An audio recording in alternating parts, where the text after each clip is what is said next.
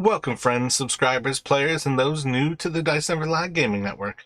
My name is Jared, Keeper and Game Master Marathustra for Dice Never Lie.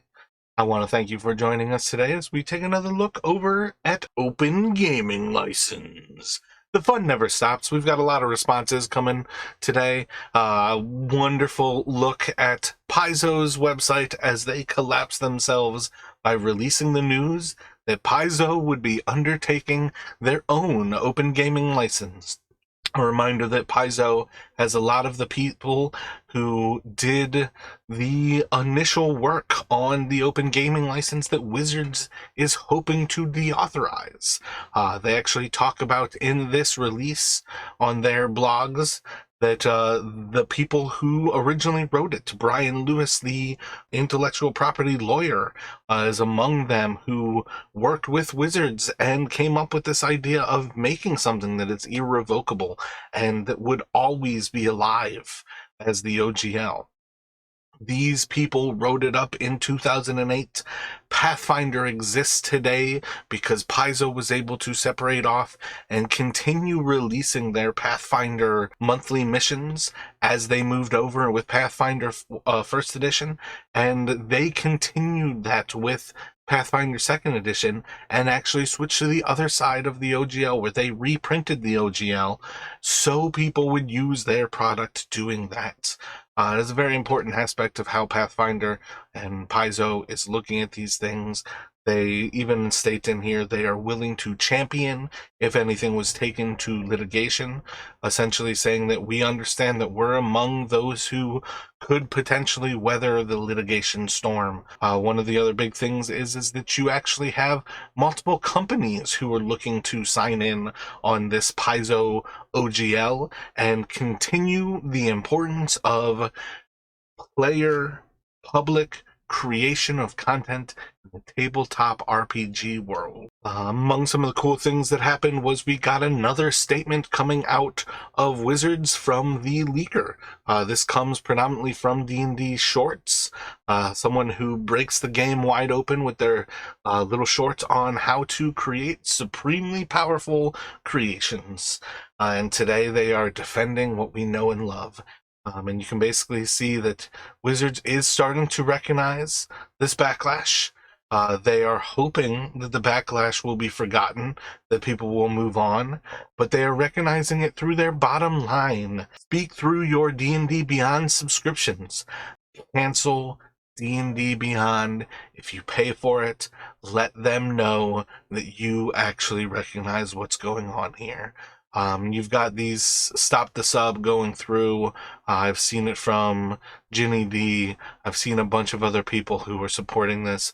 But that is how we are going to show Wizards what we consider important, and the open gaming license needs to be one of the things that is recognized. This is an important moment to recognize that D&D Wizards of the Coast is making poor decisions.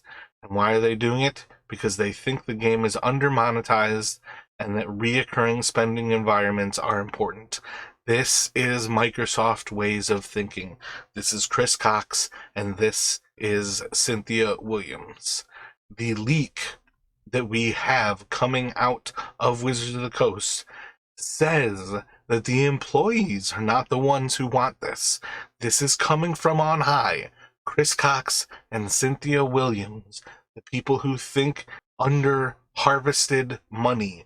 D&D made massive amounts of money for Hasbro during the pandemic, but they need more. They're greedy for more and more. Among the things that I was able to find is I finally got a hold of the actual OGL. OGL.paddlezoo.com has the PDF. Open Game License 1.1 leak.pdf. Found the crucial little line that was one of the first things that I dropped out of my other videos on this. You own the new and original content that you create. You agree to give us non-exclusive, perpetual, irrevocable, worldwide, sub-licensable, royalty-free license to use that content for any purpose. And that's one of those things to recognize, that they can revoke your ability to use SRD material and revoke the open gaming license, but you having produced something with it, can always have your product stolen and produced by Wizards. If they print your character and put it in a mainstream book, how likely do you think you are to sell that character on whatever platform you were selling it from? And that's one of the dangers why you see MCDM leaving the space, why you see Paizo creating their own OGL. We've got a little bit of virtue signaling from D&D Beyond staff. Wizards of the Coast actually responded today. They say their first primary reason is to prevent hateful and discriminatory products. We already know exactly why they created this, is because they need more money out of D&D Beyond. It is under monetized, and they want a reoccurring spending environment. These digital resources, that is why they need it. They want money, and they want to focus on that. These are the things that when you bring in a virtual tabletop and have it run on the Unreal Engine, that you can start to charge people money, and when you kill off a character, that's another chance for another microtransaction. If you want to start a Sorcerer Dragonborn, they can sell you a Sorcerer Dragonborn NFT. If you have that character die, or if you just wanted to create somebody else, if you created a human cleric, you would be able to sell them an NFT human cleric. If they mature that character and want to create a new skin for that character, another sale, microtransactions. That is what Wizards wants, a reoccurring spending environment within Dungeons and Dragons. So, what's going viral right now? D&D Beyond subscription cancellation. I already canceled mine when they released information about Dragonlance and would not be providing PDFs as a digital resource. To me, I buy digital because I want a hard copy to read, and I want digital for referencing when I'm playing the games with my group. When they talked about releasing it on D&D Beyond with no discounted price at all, even though they had now bought the system, it was not enough. I spoke with my money and I canceled my subscription. It is cool to know now that what they are recognizing is canceled D&D Beyond subscriptions. It is the quickest financial data they currently have. That makes me think that they might have seen my protest over Dragonlance. But that was what I had to offer. Now we have people doing it again. And this is where it is important. Cancel your D&D Beyond subscriptions. Get out of this space in the only way they know how to see it, by canceling your subscription. And say hello to Paizo. Say thank you to Chaosium, Cobalt Press. Thank everybody for tuning in to Dice Never Lie. I have been your Game Master and Keeper this evening, Jared. If you have any other questions, concerns, or comments, please leave them down below.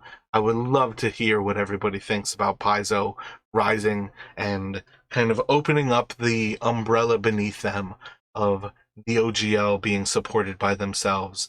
They who benefited so much with their Pathfinder 1 have now gone into Pathfinder 2, and with the second edition, they wanted to open up others to come underneath their umbrella, and now we need it.